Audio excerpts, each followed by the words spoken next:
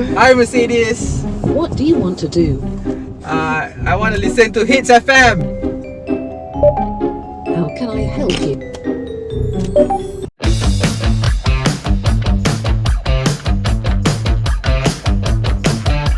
Hai, saya Amiro dan anda bersama motormelaya.net. Okey, hari ini kami berada di Sepang International Circuit untuk bawakan kepada anda review untuk model terbaru keluaran Mercedes, iaitu Mercedes A250 AMG. Okey. Model ni bukan sedan, dia jenis hatchback. Okey. Memang kalau segi apa yang korang nampak daripada segi rekaan dia, design dia memang lebih ke arah orang yang berjiwa muda atau berdarah muda. Maksudnya kalau anda seorang yang dah berumur 40-an, 50-an, 60-an pun, tapi kalau jiwa tu masih muda, kereta ni memang dihasilkan untuk korang lah. Okay? So, saya tak nak cakap banyak. Kita tak nak cerita pasal teknikal ke apa benda, angka semua tu, sebab benda tu semua bosan. Kita terus pergi kepada dia punya design. Okay, bahagian depan dia, kalau kita lihat, dia punya rekaan grill, lampu yang tirus dan memanjang, memang betul-betul menepati cita rasa orang muda lah, sebab dia memang nampak sporty. Sama juga di belakang, lampu di belakang juga memang sama, memanjang, tirus, and sekali imbas daripada depan ke belakang, memang kita tengok pun kita rasa macam wow, kereta ni memang serius, memang cantik. Di bahagian belakang, lampu LED, design dia tirus, memanjang macam saya cakap tadi. Bumper dia, skirting dia, twin exhaust, memang menepati sekali lagi cita rasa orang muda macam saya dan insyaAllah mungkin macam anda. Okay. Kereta ni enjin dia bersasaran 2.0 liter. 2.0 liter okay. Enjin ni bersasaran 2.0 liter 4 silinder turbocharge. So bila dah kata turbocharge tu, pemanduan dia memang selesa dan cukup berkuasa lah, sebab dengan enjin 2.0 liter tu kita boleh buat macam ni, nak pergi daripada 70 ke 100 memang sedap, tak ada masalah. And bila kata nak memerlukan kereta ni nak perlahan, just lepaskan minyak and apply brake. Memang brake dia sebab agak besar, jadi bila nak brake tu memang tak ada masalah. Kalau misal kata perlu emergency brake ke, perlu brake dengan secara tiba-tiba ke, memang tak ada masalah. Memang dia takkan buat pemandu rasa hilang kawalan. Memang kita merasakan sepenuhnya kawalan bila pegang steering ni, sebab steering ni memang sedap lah. Dia pakai nampak leather kat sini. Dia punya bahagian dalaman ni memang macam super high tech, memang high tech gila. Especially ni bahagian dia punya LCD panel ni, bersaiz 10.25 inci berkembar dua-dua ni. And di bahagian sebelah kiri ni okay, jap. What do you want to do? Dah cakap apa? Kau tekan button. Oh, okay. Okay. Bahagian sini memang beroperasi secara touchscreen. So memang tak ada masalah. Apa je yang korang nak buat, korang boleh tekan je kat sini.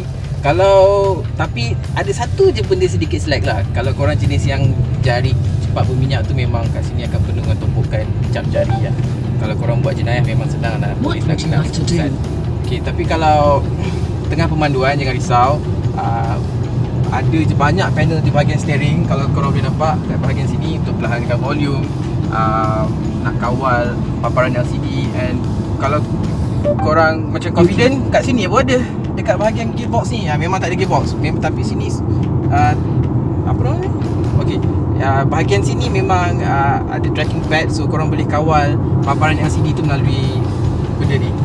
Kereta ni juga didatangkan dengan voice command. Okay, voice command berarti korang boleh berkomunikasi dengan kereta dengan hanya menggunakan suara, yang saya akan tunjukkan contoh sekarang ni. Hi Mercedes. What can I do for you? I feel hot. How can I help you? I feel hot. Can you say that again? I'm hot. Set the temperature to 17 degrees. How can I help you? Set the temperature to 17 degrees.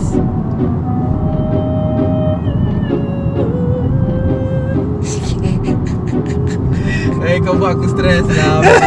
I'm setting the temperature to 17 degrees. Hai, Kena luahkan rasa marah baru nak tukar suhu ke? Radio Hits FM.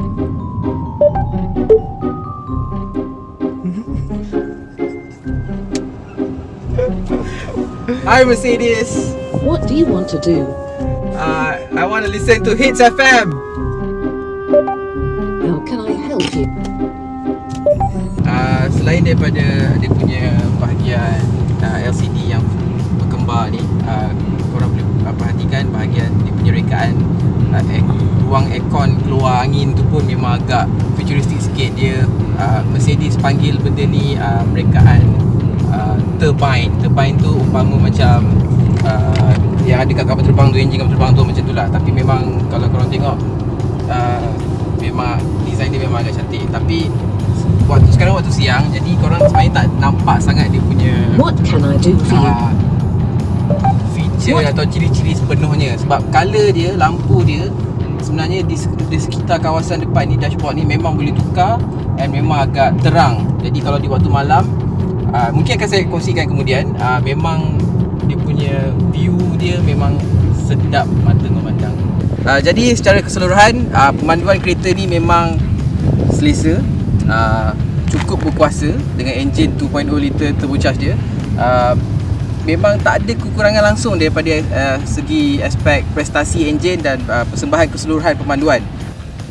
Jadi korang mesti nak tahu kan, berapa harga yang Mercedes letakkan untuk model ni. Okay, harga dia dengan betul-betul RM263,888.